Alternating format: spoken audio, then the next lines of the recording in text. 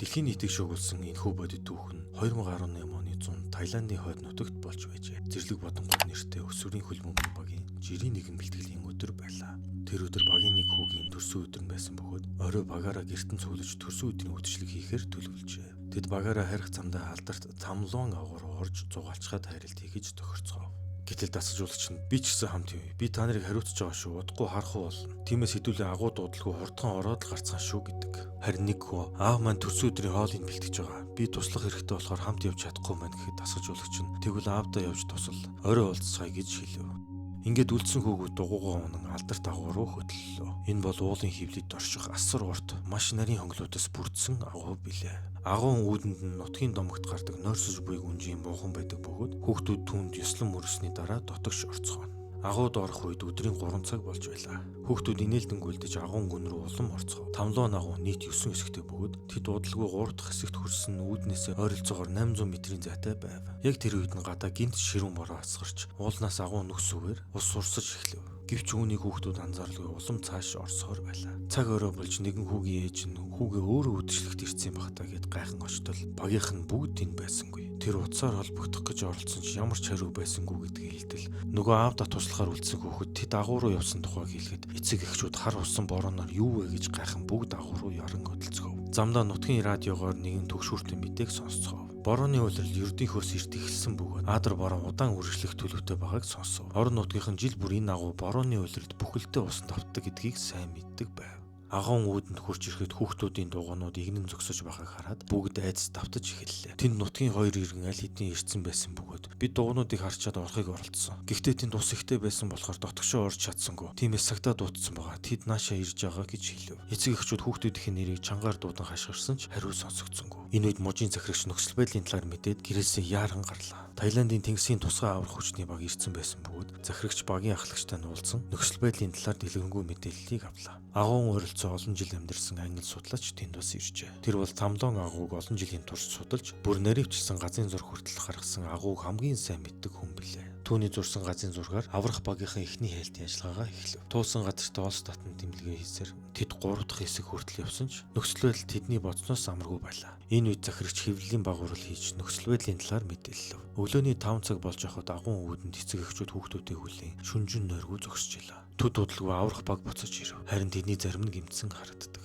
Багийнхан агууд гинтийн үерийн ус орж ирсэн. Дотор хав харахгүй байсан тул бид цааш орж чадсангүй хүүхдүүдийг олсонгүй гэж мэдгэв. 2 өдөр болоход бүх Таиланд ус хөдөлж эхлэв. Мянган сайн дурынхан аврах ажиллагаа нэгдэн ирж байлаа. Төрийн сайд өөрийн биеэр ирж нөхцөл байдалтай танилцав. Захирагч түнд бид том насаасууд олныг авчирч усыг шахан гаргах ажил хийж байгаа боловч борооны уснаас болж усны түвшин багасахгүй байна гэдэг. Улмаар аврах ангийнхан агуун гүн рүү хүрч чадахгүй байна гэж тайлгнав. Сайд хэсэг бодсноо би чамааг удахгүй өөр хүнээр солигдох гэж байгааг чинь мэдэж байна. Гэхдээ тэр хүртэл энэ ажиллагааг чи өдөртөж явуулна шүү гэж хэлв. Энэ үг захирагчид асар их дарамтуулж хуваарлаа. Энэ үеэр уулын нөгөө талд нь усны инженер залуу аврах ажиллагаанд сайн дураараа нэгдсэн байв. Тэрээр нөхцөл байдлыг хараад маш чухал нэгэн зүйлийг ойлгожээ. Хүмүүс бүгд агуун доторх усыг шахаж гаргах талаар ярьж байсан бол харин тэр өөр зүйл бодсон байлаа. Тэгээд нутгийн ахтай уулзсан борооны ус уулын дээрээс урсан агуун бүх нөхцөвөр тийшээ нэвтэрч байгаа талаар өөрийн таамагаа хэлж таныг уулын бүх хэсгийг сайн мэддэг нэгэн гисэн гэж хэлэхэд ах хүү засгийн газар чамайг явуулсан юм уу гэхэд үгүй надад тэднээс зөвшөөрөл хүлээх цаг алга хүүхдүүдийг хурдхан тэндээс аврах хэрэгтэй гэж хариулдаг. Тэгснээр нутгийн ах түүнтэй нэгдэн тэд хамтдаа уул руу гарч ус доошоо агуу руу нэвтэрч байгаа бүх нөхцөвийг хайж эхлэв. Хүүхдүүд алга болоод 5 өдөр өнгөрөв. Энд бид киноны хамгийн чухал хүн болох Рик Стэнтоныг харна. Тэр бол хуучин гал сүнөгч байсан бөгөөд дэлхийн шилдэг агуун шумбагчдын нэг билээ. Түүний найз Джон Волант нь телевизийн мэдээг харангаа чи Таиландд юу болж байгааг мэдж байгаа те бид очиж туслах хэрэгтэй гэж түүнд хэлв. Гэвч Рик ихэндээ саналаас татгалзав. Тэр ийм төрлийн ажиллагаа ямар аюултай хинээс ч илүү мэддэг нэгэн билээ. Гэтэл Джон түүнд 13 хүний амь яригдж байна. Бүгд хүүхдүүд шүү дээ гэхэд Рикийн зүрх рүү норсноо ясан эцэст нь Рик зөвшөөрөв. Манай хоёр ч маш хурдан нисээд хэргийн газар ирлээ. Тэнд дэлхийн өнцөг болон бүрээс мянган залуус аврах ажиллагаанд тусалж байгаа харагдана. Манай хоёр агуунд орж иртэл аврах багийнхан тэднийг үл тоон харж байлаа. Агуун үүдэнд ирмэгц хамгаалагч тэднийг дотогш оруулахгүй байв. Би та байсан англиас ирлээ энэ төр гэд ярьж байхад манай агуу судлаач англи ах ирэн би захирагчтай ярьсан тэдэнд зөвшөөрөл өгсөн байгаа гэж хамгаалагчдад тайлбарлав. Тэгээд энэ гадаад хүмүүсийг оруулахыг хүсэхгүй байгаа хэлэн хэрв ямар нэгэн муу зүйл тохиолдвол байдал бүрч хүндэрнэ гэж бодож байгаа гэдгийг нь хэлв. Ингээд дэлхийн хамгийн шилдэг хоёр агуун шумбагч агуу руу нэвтэрч эхэллээ. Эхний хэдэн зуун метр харьцангуй гайгүй байсан ч цаашлах тусам нөхцөл байдал улам хүндэрч байв.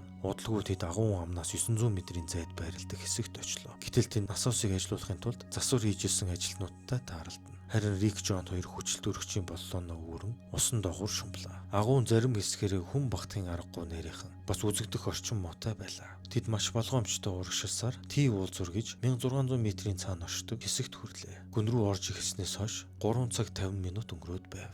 Рик Жон хоёр эндээс хүүхдүүдийн ямар нэгэн мөр олдох болов уу гэж хайж эхэлнэ. Гэтэл гинт хүчтэй ус хадны чулууны завсраар түрэн орж ирэв. Орсны урсгал улам ширүүрч эхлэхэд хоёр шумбагч маань энд удаан байвал аюул болохыг ойлгож буцахаар шийдэв. Гэвч буцах замдаа тэд нацуус засгаар ирсэн ажилтнуудын нэгтээ таарав. Гатсан байсан залуу айсандаа салга авч байгаа харагдлаа. Рик түүнээс чи сэлж чадна үстэй гэхэд тийм ээ гэж хариулдаг. Хэрв энэ хүн айдсаа хийн чадахгүй бол эндээс амь алдах магадлал өндөр байв. Рик Жон тандан эндээ байж би чиний хүчил төрөгчийн маскыг чинь аваад түүний гаргачаад ирийгээд явлаа. Гэвч нарийн харанхуй хонглоор нөгөө ажилтан чинь бүр чих сандарч эхэллээ. Их л паникнд орж айсан бололтой. Аврал эрен орилж байгаад толгоогоо зөвхөн гэмтээхэн тэр.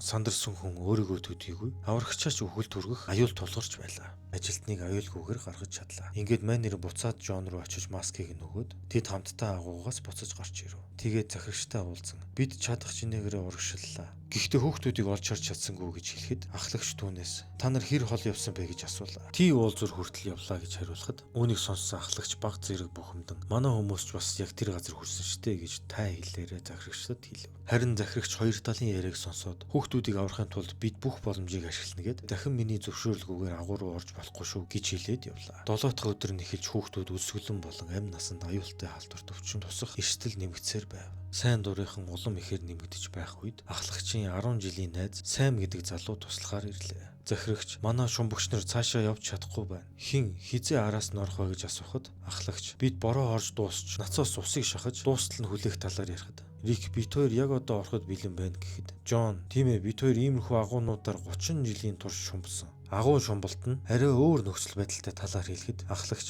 би хүмүүсийнхээ амь насыг хариуцж байгаа учраас захирагч өөрөө шийдгэж хэлв. Гэтэл захирагч бороо дуусахыг хүлээе гэдэг юм да бурхан минь. Ингээд 8 дахь өдөр эхэллээ. Захирагч уулын орой руу гарч нөхцөл байдлыг өөрийн нүдээр шалгав. Тэнд усны инженер болон нутгийн иргэд хэд хоногийн турш хүндхэн ажил хийж байлаа. Захирагч та нар ямар үр дүнд хүрв гэхэд борооны ус уулын орой дээрээс шүүрч орж ирээд энэ бүх нүкс сүхээр дамжин агуу руу орж байгаа талаар хэлээд зөвхөн носоосоор ус сороод асуудлыг шийдэж чадахгүй. Хэрвээ усыг өөр чиглэлд урсгаж чадвал агуун усны төвшин буурах болно гэд хажуугийн тариалангийн талбай руу хамтаа очив. Усыг өөр тийш нь эргүүлэхийн тулд танаа талбаараа урсгах хэрэгтэй байна гэж тэднээс гуйдаг. Тариаланчдын ургац нь бүхэлдээ үерийн усанд давтаж сүрнэ гэсэн үгтэй энэ бол. Ингэснээр яг хүүхдүүдийг аврах юм уу гэж асуухад тийм ээ тэгэх боломжтой гэхэд тариачид хэсэг бодсноо. За тэгвэл заавал хүүхдүүдийг авраарай гэж хэлв. Бас л нэгдэж чаддаг ард тум байгаа юм шүү яалтчгүй. Асар том насоосууд ажилуулан усны урсгалыг өөрчлөх ажил эрчимжиж эхлэв. 9 дэх өдөр эхэллээ. Энэ үед агуун гүнд байгаа хүүхдүүд амьд байгаа хэсэгтэр хүртэл хэргэлзэж эхэллээ. Гадаа сайн дурын ажилтнуудаас гадна лам нар хүртэл хүрэлцэн ирлээ. Тэнд байсан бүх хүн агуун үүдэн зогсон залбирч эхлэв. Тэдний хийж чадах зүйл одоо зөвхөн залбирах л үлджээ. Захирагч аврах ангийн ахлагчтай уулзаад борооч зогсчлоо. Насоосууд ажиллаж байгаа юм чи одоо аврах багийг оруулах уу гэхэд усны түвшин буурахад дор хаяж 24 цаг хэрэгтэй байна гэж хариулв. Захирагч ахлагч руу хараад би одоо тэднийг оруулах ёстой юу гэж асуув. Ахлагч хэсэг дуугүй байснаа ийм төвшний агуун шумбалтаар дэлхийн хамгийн шилдэг тэр хоёр. Тиймээс тэднээс илүү гарах чадвартай хүн олохгүй болов гэж хэлснээр захирагч шийдвэрээ гарлаа. Ингээд 10 дахь өдөр эхэллээ. Хэрвээ хүүхдүүдийг олбол бичлэг хийж авчих зорилгоор тэдэнд нэгэн камер өглөө. Тэгээд 3 цаг 50 минутын дараа өмнө хурж байсан Т уулзур дээрээ ирэв. Энэ хэсэг нь агуун үүднээс 1600 метрийн зайтай билээ. Тэндээс олсоо үржлүүлэн тацаар цааш хөдлөлөө. Тэд нарийн агуугаар шумбаж явсаар хүүхдүүд байж магадгүй гэж таамаглаж исэн Паттайя гэдэг хэсэгт хурж ирэв. Жон чангаар энд хүн байна уу гэж хашгирсан ч ямар ч хариу байсангүй. Магадгүй хүүхдүүд аль хэдийн нас орсон байх гэж санаа зовнон цааш хөдлөлөө. Гэвч цаашлах тусам хонгол улам нарийсч шумбахад бүр хэцүү болгож байв. Хамгийн муу нь тэдний авч явсан олс бараг дуусчихсан бөгөөд хэрвээ олс дуусвал цааш явах боломжгүй болох байлаа. Харин яг тэр мөчөд харанхуй агуун алсад бүдгхэн гэрэл харагдлаа. Манай хоёр гайхаж зог тусав.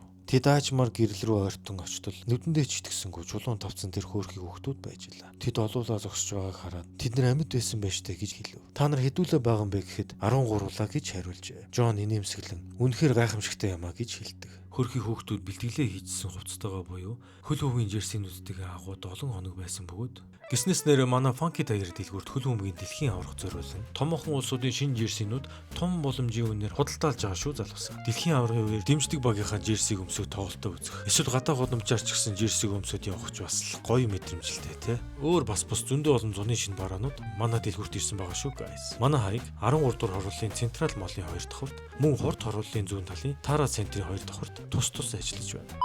Хүүхдүүд шууд л тэднээс "Бид одоо гарч болох уу?" гэж асууна. Гэвч Джон "Өнөөдөр боломжгүй. Зөвхөн бид хоёр л ирлээ. Бид илүү болуулаа буцаж ирээд та нарыг бүгдийг ч аврах болно" гэхэд "Бид энд маш их өсөж байна гэтэл маргааш бид хоол хүнс, эмнэлгийн тусламж бас авчирна" гэж хэлтэл Рик "Чи хамаагүй битгий ингэж худлаа амлаа" гэдэг. Бид хүүхдүүд имжлэг хийж байхдаа "Та нар яаж ингэж удаан тиссэн юм бэ?" гэж асуудал. "Бид бол нэг баг. Бид бас багшийнхаа тусламжтайгаар бясалгал хийсэн" гэж хариулжээ. Багш нь хөрхий маш их хэргэмшиж байсан ч хүүхдүүдийг сэтгэл санаагаар унуулгүй бясалгал зааж өгч 50 бахыг зааж сургажээ. Ийм учраас 9 хоног харанхуй агунгүнд амьд үлдэж чадсан байлаа. Рик Джон хоёр тэднийг зоригжуулна. Маргааш хүмүүс ирэх болно гэж хэлэн буцаад хөдлөлөө. Рик Джон хоёр тэднийг зоригжуулаад маргааш хүмүүс ирэх болно гэж хэлээд буцаад хөдлөлөө. Хүүхдүүд агуун 9 дугаар хэсэгт байсан бөгөөд энэ нь агуун амнаас 2.5 км-ийн зайтай байлаа. Рик Джон хоёр агуугаас буцаж ирээд "Бид хүүхдүүдийг очлоо" гэж мэдэгдэж камера өгөв. Тэнд байсан аврах багийнхан хүүхдүүдийн бичлэгийг баяртайгаар үзэж байлаа. Хэдэн хормын дараа энэ мэдээ гадаа байсан бүх хүмүүс төрж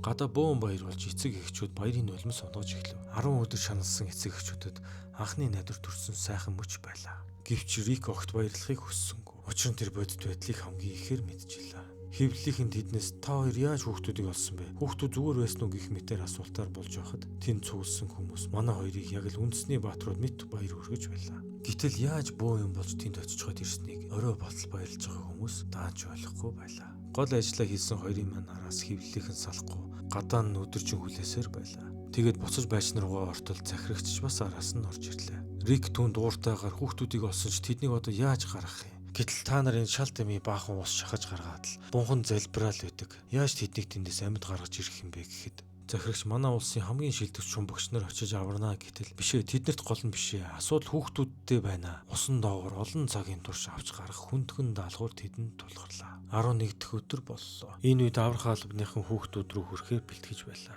Рик Джон хоёр "Бид та нарт зааварчлага өгч болох уу?" гэхэд тэд зөвшөөрдөг. Ингээд манай хоёр тэдэнд Т уулзвар руу ингэж явна. Дараа нь Д уулзварыг ингэж давна. Паттаяд хоолойг өнгөрөөд хамгийн нарийн хэсгийг ингэж туулна гэх мэтэр нэг бүршлэн тайлбарлав. Тэгээд хүчилтөрөгчийн боллооно хэрхэн хэмнэхийг хүртэл зааж өгч байлаа. Энэ маш хүнд байх болно шүү гэдгийг дахин сануулж хэлдэг. Удалгүй тусгай аврах багийнхан агуур орж 3 цаг 30 минутын дараа тэд Мади хэмээх хоолойд хүрч эхлэв. Дараа нь дахин олон цаг нарийн агуугаар шумбацны эцэст тэд хүүхдүүд төр хүрч чадлаа. Бүгд баярлаж аврагч нар хүүхдүүдэд жинхэнэ хүнсний зүйлс хүргэж ирв. Дасаж улагч хүүхдүүдтэй баг багаар хувааж идэхийг зөвлөж дараа хэрэг болно шүү гэж сануулв. Эмч залуу хүүхдүүдийн эрүүл мэндийг шалгаж эхэллээ. Гэтэл тэдэнд маш ноцтой асуудал илэрч хүчилтөрөгчийн хэмжээ маш хурднаар дуусч ирсэн бөгөөд 30%-аас доош хүрсэн байлаа. Ингээд тэд нэг хүний мэдээ өргөхээр буцаж явуулав. 12 дахь өдөр болж захирагч бүх хүмүүст мэдээлэл өгөө зогсчихлаа. Тэр удахгүй хүүхдүүдийг манайх аврах болно. Асуудалгүй байгаа шүү энэ гэж худлаа ам гарав. Яг энэ үед Рик нэгэн санааг бодож олжээ. Гэвч тэр хэлхээсээ хүртэл имэжлээ. Эцэст нь Джонд "Би Хари эмчийг дуудъя" гэж хэлв. Гэтэл Джон "Байж болох юм те" гэд бас Джейсоныг дуудъя. Гэхдээ анханаас нь дуудахгүй яасан гэж уурлах бахалтай заачаа. Нэрээ бас Крисийг дуудъя гэд өөрсдийн аврах багаа бүрдүүлцгээе гэдэг. 14 дахь өдөр боллоо. Крис болон Джейсон гэд бусад хэдэн шумбагч нар туслахаар ирв. Тэд хүүхдүүдэд 7 хоног хүрэх хэмжээний хоол зөөж оруулах даалгавартай байлаа. Рик Джейсонд "Крисийг сайн харж яваарай" гэж захидаг. Тэд мөн л адил бөөн адлын явд болж хүүхдүүд дээр очлоо. Тэгэд хүүхдүүдэд цаас өгч эцэг эх рүүгээ захиа бичээрэй гэж хэлв. Ингээд манай хэд гарч ирэн захидлуудыг амжилттай хүргэж ирв. Удалгүй Хари эмч ч мөн ажиллагаа нэгтгэхэр ирлээ. Рик түүнийг халуун дотнор хүлээн авч бусад хэдтэйгээ танилцуулна, нөхцөл байдлыг түүнд харуулж явцгаадаг. Рик доктор Харид агуун талаар танилцуулахад "Хари, та нар маш сайн баг бүрдүүлсэн байна. Гэхдээ би арай та нарын хэмжээний шумбагч биш штэ" гэж жаахан санаа зовж байгаагаа хэлтэл "Зүгээрээ, гэхдээ чамд бидэнд байхгүй ур чадвар байгаа штэ" гэж хэлв. Гайхсан Хари "Би ч мэдээ алдуулалт унтуулгын эмчтэй" гэж хэлснэ. Гинт манай хоёрын харснаас бүх учрыг ойлгов. Тэгээд шууд Харри саналаас татгалцлаа. Энд чинь байж боломгүй зүйл. Хүүхдүүд амьд гарч ирэх баталгаа байхгүй. Бас эн чинь хууль бус. Манай ёс зүйд нийцэхгүй. Би чинь тангараг өргөсөн эмчтэй гэхэд Рик цаг улам явсаар байна. Тэр хүүхдүүд тэртээ тэргүй одоо амьд гарч ирэх магадлал тун бага болсон. Жилхэд Джон за Харри өөрөө мэдж байгаа байлгүй дээ. Болохгүй гэсэн бол болохгүй байлгүй дээ гэж Рикт хэлдэг. 15 дахь өдөр боллоо. Аврах тусгай багийнхан одоо хүүхдүүдэд хүчил төрөгчийн боллоо хүргэхээр бэлтгэлээ хангаж илаа. Ингээд нутгийн хоёр аврагч боллоонуудаа тэрврээд баахан юм болж явсны дараа сталактит тонгол руу 3 цагийн хугацаанд хурж очлоо. Тэдний нэг нь урд нь төрүүлж явж исэн бол нөгөө нь араас нь дагж явж илаа. Гэтэл ард нь явж исэн залуугийн боллоонд олс орооцолдох нь тэр. Урд байсан аврагч түүнийг анзааралгүй хаяад явчихв. Тэр олсыг салах гэж оролдохдоо эд хэрэгслээ сулгах гэж үзв. Гэтэл хүчил төрөгчийн боллооны хавгалхан задарчих нь тэр. Ингээд түүний хүчил төрөгч асар хурдан алдагдаж эхэллээ. Нөхцөл байдлыг зохицуулах гэж хичээсэн ч нүдэн дээр нь хүчил төрөгч нь дуусчлаа. Ингээд аль болох хамаг хурднаараа буцах гэж оролдсон боловч тэр нарийнхан хархуу хоглоод туулж явах замд дэндүү урт байлаа. Хүчил төрөгч нь дуусч харамсалтайгаар аврагч залуу маань усан дотор амьсгал хураахан тэр.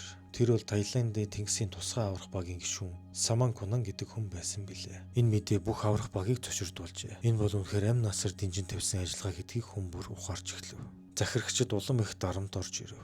Тэгээд Таиландын тусгай албаныхан орох боломжгүй болчихлоо гэдэг. Энэ үед Харри эмч хөгшин аавынх нь би муудсан далаар дөнгөж сая сонсон тухайга Рикт хэлэнгээ. Хэрвээ бид сайн ажиллаж чадвал тэндээс сайн даал 2-3 амьд гарч ирэх байх.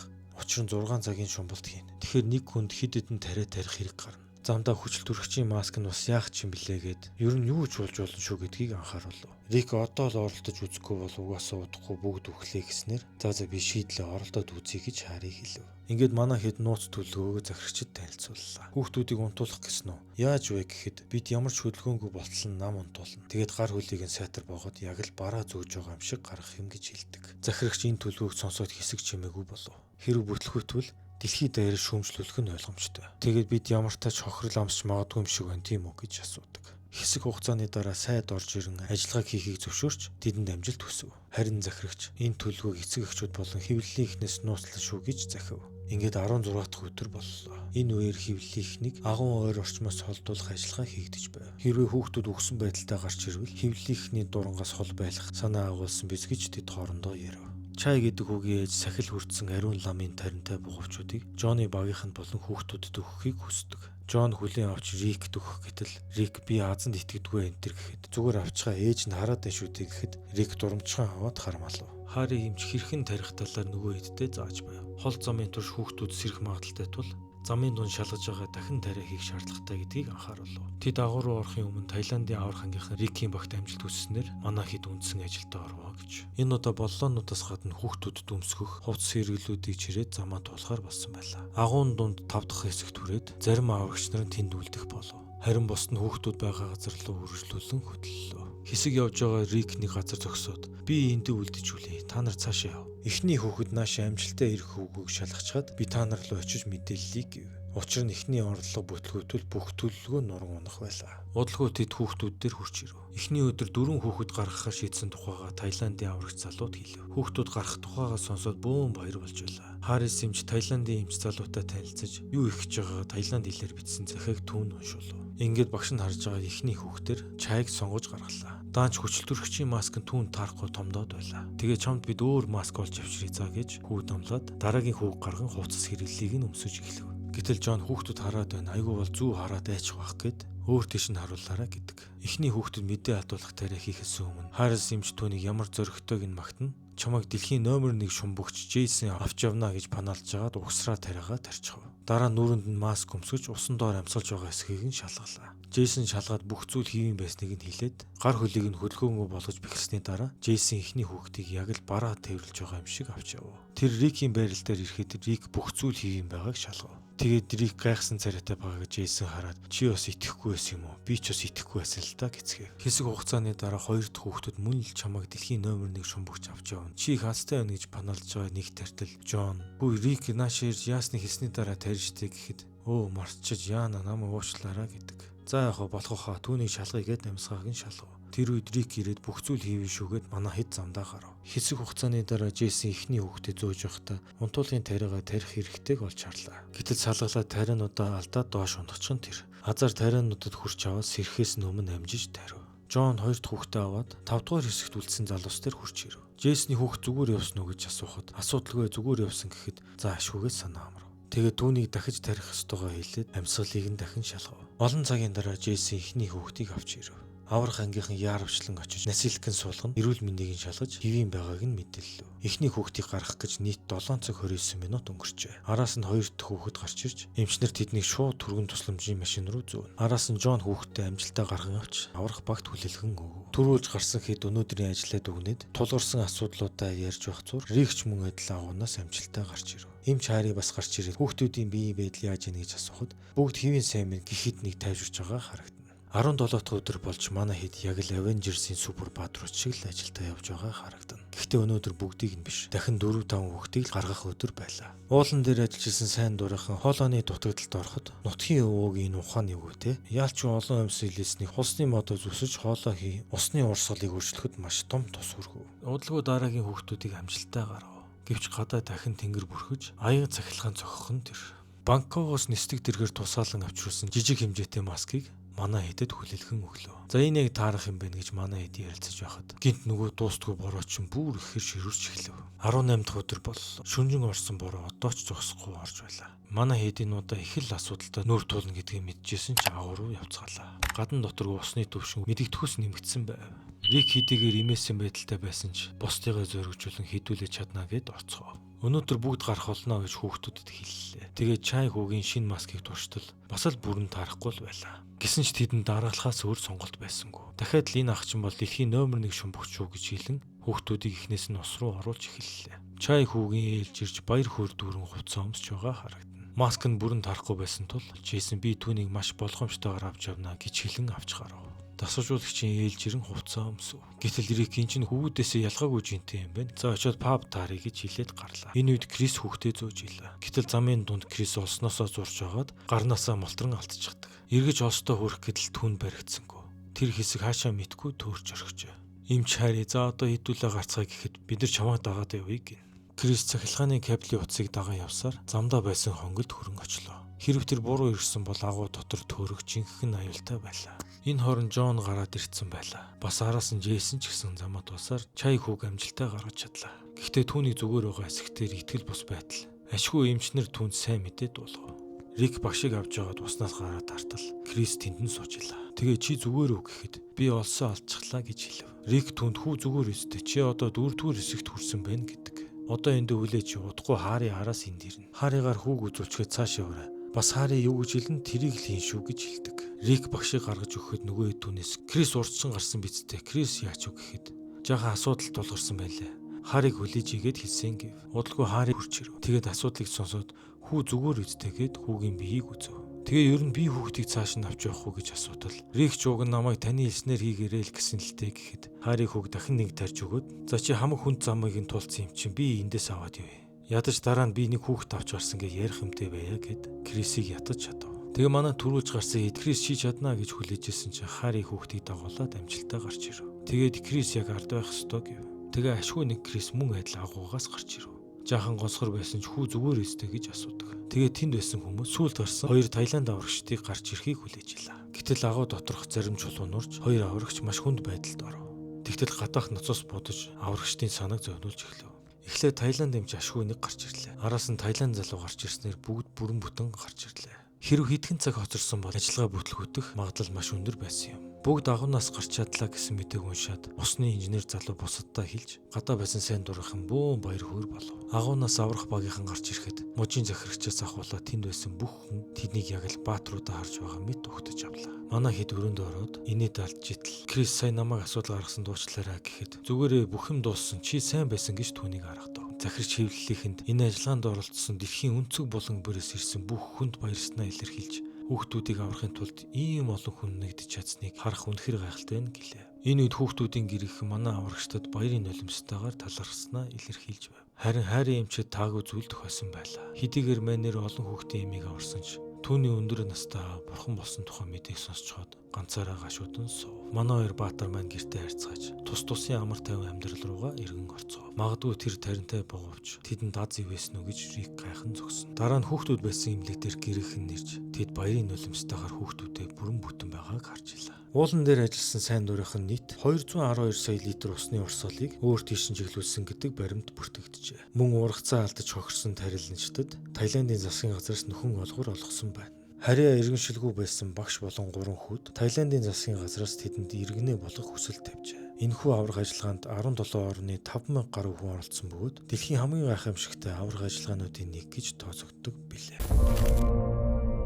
За ингээд амизан энэ удаагийн дугаартаа та бүхэндээ 13 Lives буюу 13 ам гэдэг киног ярьлаа. За тэгээ энэ бол жинхэнэ тийм гайхамшиг гэж бол өстой нэр байх үедээ үнэхээр ус байд юм шүү гэдгийг бол харуулсан кино байгаа тийм. Тэг яг энэ киног би ингээд зүгээр бодоод байна. Хэрвээ боссон явдлаас биш тийм зохиомол сэдвээр хийсэн кино байсан бол шүүмжлэх гэдэг байгаа байхгүй би бол. Яагаад вэ гэхээр тэр чи одоо бүр Mission Impossible маягийн тийм ажиллагаа хийж байгаа байхгүй юу те. Тэгсэн чинь ерөөсөө тэнд 10 хонцсон хүүхдүүд бүгдээрээ хэлсэн байна. Тэгээд нөгөө нэг аврагч нараас нь манай талын аврагч нар нь ялангуяа бүгд 9 бинд гарч ирээл. Тэр бол бас жоохон зохиомол сэдвтэй байсан бол шүүмжлэх гэдэг байгаа байхгүй. Кинон дэр чи нэг ингэдэж штэ яг эцсийн мөчөд ингээл гол дүрийн баатар нь амар сайн үйл хийгээл нөгөө хамаг хамт өвдсөн хүмүүсээ гаргаал өөрөө тэгэл ам үрэгдээл тийм нэг бичигдээгүй дүрм шиг юм байдэн штэ. Тэгсэн чинь энэ кино чи мэдээж яг одоо бодит түүхээс хэдвэлсэн болохоор зохиолыг бол ерөөсөө шүүмжлэх ерөөсөө аргагүй байгаа тийм. За тэгээ ерөнхийдөө бол энэ кино бол таалагдсан байх гэж би бол найдаж байна. Миний хувьд бол энэ киног үзэх болсон шалтгаан бол саяхан Монголд болсон золгүй явдлуудаас болоод бол ер нь за иймэрхүү сэдвтэй кинонууд ер нь хэр болсон байдаг вүлээ юу вэ гэж судалж үзээд тэгээ энэ ч одоо 22 оны кино одоо би тэгсэн чи аягүй сонио одоо ертөнцөөс тасарсан байсан юм байна. Энэ киног ерөөсө гарсныг нь ерөөсө мэдээгүй. Бас хамгийн ачаалттай нь ийм үйл явдал босныг ч одоо мэдээгүй юм байлээ. What? Нөгөө нэг Чилийн тэр уурхаад болсон явдлын тухай киног л мэдээд байдаг. Харин энэ түүхийг бол ерөөсөө мэдээгүй байсан болохоор өстой үзье гэж бодвол үзсэн. Тэг бол надад бол зөвхөн үнэхээр бол таалагдсан баа. Окей. Минийхэр бол энэ кино дангац аврах ажиллагааны тухай кино бол биш байгаа. Яг юуны тухай кино вэ гэхээр чинь хүний төсөөр хатуужил тэг хүмүүс ингээ хоорондоо багаар ажиллаад ив нэгдэлтэй байгаа нэгдэж чадах юм бол бас ямар гайхамшигт үйл явдал бүтээж чаддгийг бол эндээс бол харуулж байгаа. Тэг энэхүү гайхалтай үйл явдлаар бол сэдвлээд нэлээд уран бүтээлүүд бол гарсан юм байна лээ. За эндээс нь онцлох юм бол National Geographic-ийн хийсэн The Rescue гэдэг баримтат кино байгаа. Айгуу сайн үлгээтэй л айгуу гоё ч болсон юм шиг байлаа. Энийг тэгж нэг үзнэ гэд ботцсон байгаа. Өөр бас Netflix-ийн хийсэн тийм 2 3 юм бол харагдсан. Олон ангид цуврал байлээ. Тэгэл нэг ангид киноч байлээ. Таиландууд нь өөрсдөө хийсэн. Тэг яг энэ олон кино уран бүтээлүүдээс бол яалтч шууд цар хүрээ. Тэгэл найруулагч, продюсер ингээл жүжигчдийн баг бүрэлдэхүүн хүн буюу нөгөө кастинг энтрийг харсан ч тэр тэгээ энэ ч одоо үнэлгээг нь харсан ч тэр яалтчгүй л одоо энэ 13 ам гэдэг кино бол ер нь хамгийн сайн болсон харагдсан. Тэгээ энэ киног тэгээ өсө кино сонирхчдын үнэлгээ өгдөг сайтууд дээр ч их сайн үнэлгээтэй байна лээ. IMDb дээр 7-оос дээш, Rotten Tomatoes дээр 80%-аас дээш. Харин миний хамгийн их чухалчилж хардаг Letterboxd дээр 3.1 дээш үнэлгээтэй гэхээр ер нь л тун сайн хийсэн кино гэсэн үг шүү мааха. Тийм болохоор энэ кино бол үзэхэд огт харамсахгүй маш чанартай бүтээл болсон шүү гэдгийг хэлмээр байна. За тэгээ энэ киноны найруулагч туслах продюсераар нь ажилласан хүн бол Холливуудын хамгийн амжилттай найруулагчдын нэг болох Рон Ховард гэж хүн байгаа. Мань үний тухайд гэвэл манайхны сайн мэдхээр A Beautiful Mind буюу Төгс оюун ухаан киногоор Оскарын шилдэг кино, шилдэг найруулагчийн шагналыг хүртсэн хүн байгаа.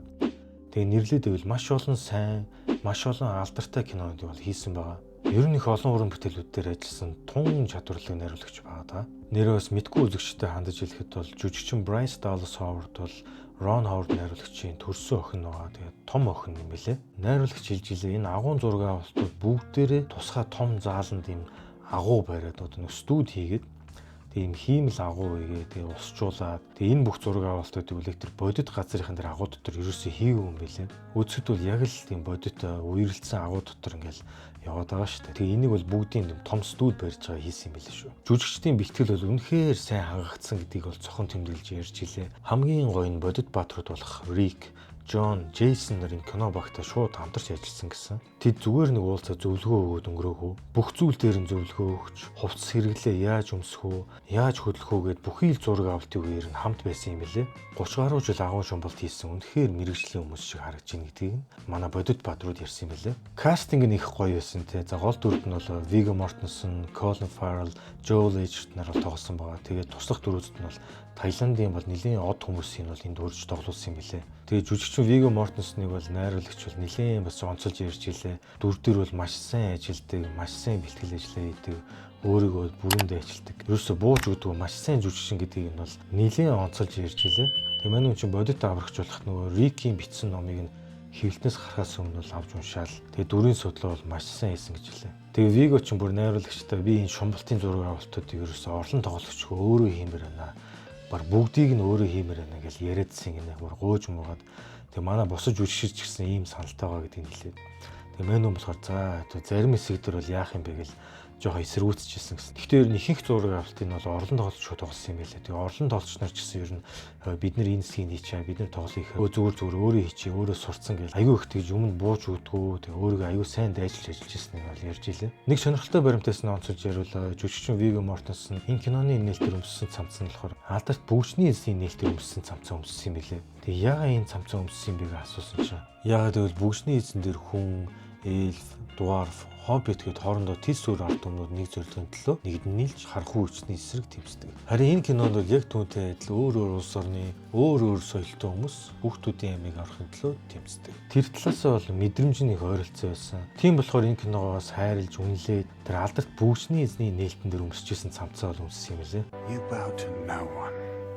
Алдарт ток шоуны хөтлөгч Ellen DeGeneres-ийн шоунд манай зэрлэг бодонгуудын багийн хүүхдүүд өргөдөж Лос Анжелесыг зорьсон юм лээ. Ер нь тэр ярилцлага их сонирхолтой болсон. Ellen-ийг бидний кино үзэж байхдаа бодож ирсэн бүх асуултуудыг тэндээс яг асуусан. Та нар айсан уу гэж асуухад хүүхдүүдийн хариулт үнэхээр гайхалтай. Бид айжсэн ч найдвар алдаагүй. Хэрвээ бид өөрсдөө гарч чадахгүй байсан ч хүмүүс биднийг хайж болоо аврах байхаа гэдэг итгэл найдвар байсан. Харин та нар яаж юм олооныг хэлсэн бэ гэж асуухад манай дасгалжуулагч биднийг бурхан залбирч бас бясалгал хийхийг зөвлөсөн. Аврах ажиллагааны үеэр юу болсныг санаж өнгө гэхэд хүүхдүүд өстө юу ч санахгүй байна. Учир нь аврагч нар тайвшруулах юм болон мэдээ алдуулах юмыг тарьсан болохоор хүүхдүүд өстө унтаас ирсэн чинь л эмнэлэгт сэрсэн гэдгээ ярьдаг. Тэгээ хүүхдүүд өстө сая хүмүүс дэлхийд даяар тэдний төлөө залбирч исэн гэдгийг эмнэлэгт сэрснээсээ хойш ойлгосон гэдгээ ярьдаг. Ярилцлагын төгсгөлд Ellen хүүхдүүдээс том болоод юу хийх хүсэж байна гэж асуухад тэд нар бүгдээрээ сайн боловсрол эзэмшиж, сайхан ажилтай болж гэр бүлдээ туслахыг хүсэж байгаа гэж хариулв. Тэгээ төсгөлт нь өстө аюу гоё юм болсон.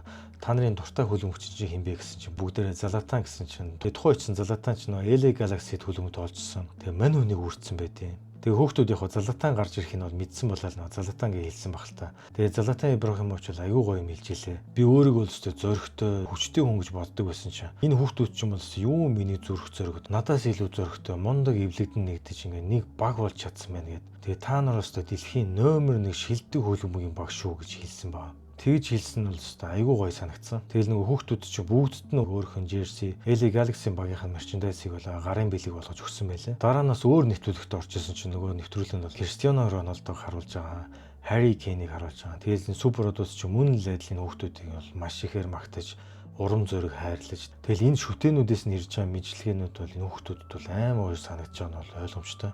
Одоо яран аврагчдын тухайд ярихад бол Rick, John, Jesse эднэр бол бүр одоо 20-30 жил бол агуун шумбалт хийсэн юм байлээ. Одоо 10 жилд байхасаа, их сургуульд байхасаа 80-ад он, 90-ад оноос хойш бол агуун шумбалт хийгээд бүр энүүгээр бүр мэрэгчсэн дэлхийн рекордуудыг эзэмшдэг. Тэгээ одоо хаана иймэрхүү санамсруу үйл явдал болонгууд тийш очиороо ийш очиороо гэж манай эдэд бол санал тавиал гуйд юм байлээ. Тэгээд чинь нэлээд олон аврах ажиллагаанд бол хамт явсан юм байлээ. Гэвч эндээс нь бол амьд хүн гэхээс илүү цогцос гаргаж ирсэн нь бол олон байсан гэдгийг бол ярьж илээ. Тэгээд эндээс чи агуун шумбалтын хоббит хүмүүс өөрсдөө бас эртдсэн босон явдлууд байгаа.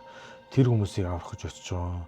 Тийм болохоор энэ агуун шумбалттай холбоотой ийм золгүй явдлууд төр бол хамгийн түрүү манай эд рүү бол залгаж санал тавиад хүсэл тавьд юм байлээ. За та дийшээ яваад өгөөч, тийшээ яваад өгөөч. Ийм хүмүүс осолтчлоо гэд. Тэгээ айгүй болон аврах ажиллагаанд бол манай эд бол хамт явж ирсэн. Тэгээ даанч эндээс нь ихэнх нь бол одоо амьд хүн биш цогцос авч гарч ирсэн гэсэн. Тэгээ эндээс чи агуун шумбалтын хоббитэй хүмүүс тэр агуун шумбалт хийж байгаад өөрсдөө ингээ эрсдсэн явдлууд бол айгүй олон байдаг. Тэгээ одоо хүний хоббиг ямар одоо үүсгэлтэй юм шүү дээ. Зарим нэг нь одоо Марк Зарк янз бүрийн цуглуулдаг хоббитэй байхад зарим нэг нь уул хад руу гарах хобби. Тэгэл одоо яалтчгүй энэ агуун шумбалтын хобби гэдэг бол бас үнэхээр амар экстрим хобби юм шүү. Exactly.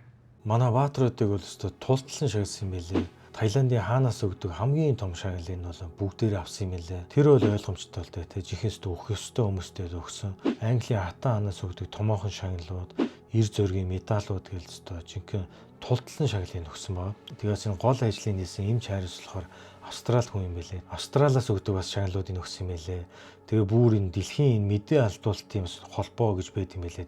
Тэндээс бас хамгийн том шагналыг өгсөн гэсэн. Энэ аврах ажиллагааны үеэр бол нэг хүн бол тун харамсалтай байдлаар амь өргөцсөн байгаа тийм. Нутгийн тэнгисийн зэргийн тусгай одоо аврах хүчний багийн одоо тэтгэвртэй гарцсан байсан юм билээ ууг. Тэгээ мань хүн бол сайн дураараа ирээд аврах ажиллагаанд оролцсон. Даанч одоо тэр хүчил төрөгчийн болооны асуудлаас болоод мань хүн бол амьсгал харуулсан байгаа.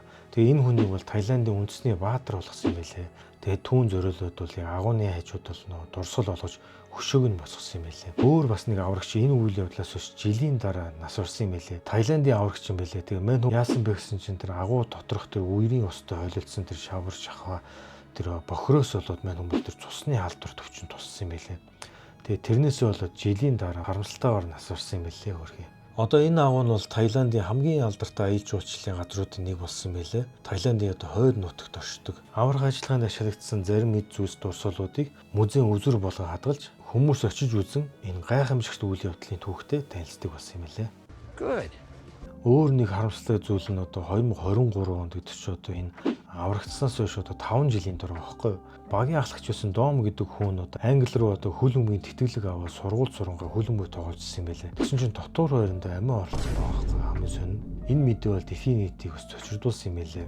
Тэгээд тийм нөхцөл байдлаас аврагдчихад тэгээ амиа орлно гэдэг бол сэтгэл зүйн бас нэлийн эмгэг авсан юм уу гэхээр уг нь ойр тойрных нь бол яагаад ч зүг зүгээр байсан гэдэг нь бол яриад лээ. Тэгээд мэдгүй Англид байсан тэр хүмүүс нь одоо арьсангуур ялварсан юм болов уу тэгээд эсвэл өөрт нь одоо чи ингэж аврагдсан юм байж ингэж амьдрах ёстой гэдэг тийм дарамт шагалт ихээр ирсэн юм болов яасан юм бол өстө бүүмэд. За тэгээ контентын төгсөлд бол мэдээж жоохон гэгээлэг мэрэ дуусгая гэж бодож байна. Юу гэхээр энэ дэлхийн өнцөг болон бүрээс энэ олон хүмүүсийн хүүхдүүдийн аврахын төлөө эвлэн нэгдээд нэг баг болж хамтран ажиллаж байгаа нь бол айгуугаа санаж байгаа. Тэгээ чинь бол асар их сайн дурын ажилтнуудын тэр хөдөлмөр гарч байгаа нь те. Нутгийн тэр жолооч ах нар одоо мопед унаал тэр түг энэ тэр унаал үнгүү ингээл өдөржин наашаас нь зөөж явжсэн нь бол ярьж илээ. Тэгээ чинь тэр олон хүмүүст хоол хүнс хэрэгтэй. Тэгээ чинь сайн дураар айгүй олон хүмүүс тэнд хоол хийсэн юм билээ. Тэгээ тэр ислам шашинтай хүмүүст зориулсан тусгай хоолыг хүртэл хийжсэн юм билээ. Тэгээ энэ бүгдийг бодохоор энэ үйл явдлаас гарцаагүй гайхамшигтай бас суралцмаар үйл явдал болсон байгаа шүү дээ. За ингээд энэ удаагийн миний бэлтгэсэн дугаар бол энд хүрээд дуусчихъя. Таалагдсан бол манайхаа лайка дараарай, subscribe дараарай, комент хэсэг дээр бол сэтгэлдээ бичээрэй. Тэгээ дараагийн дугаараараа уулзлаа. Түр баяртай.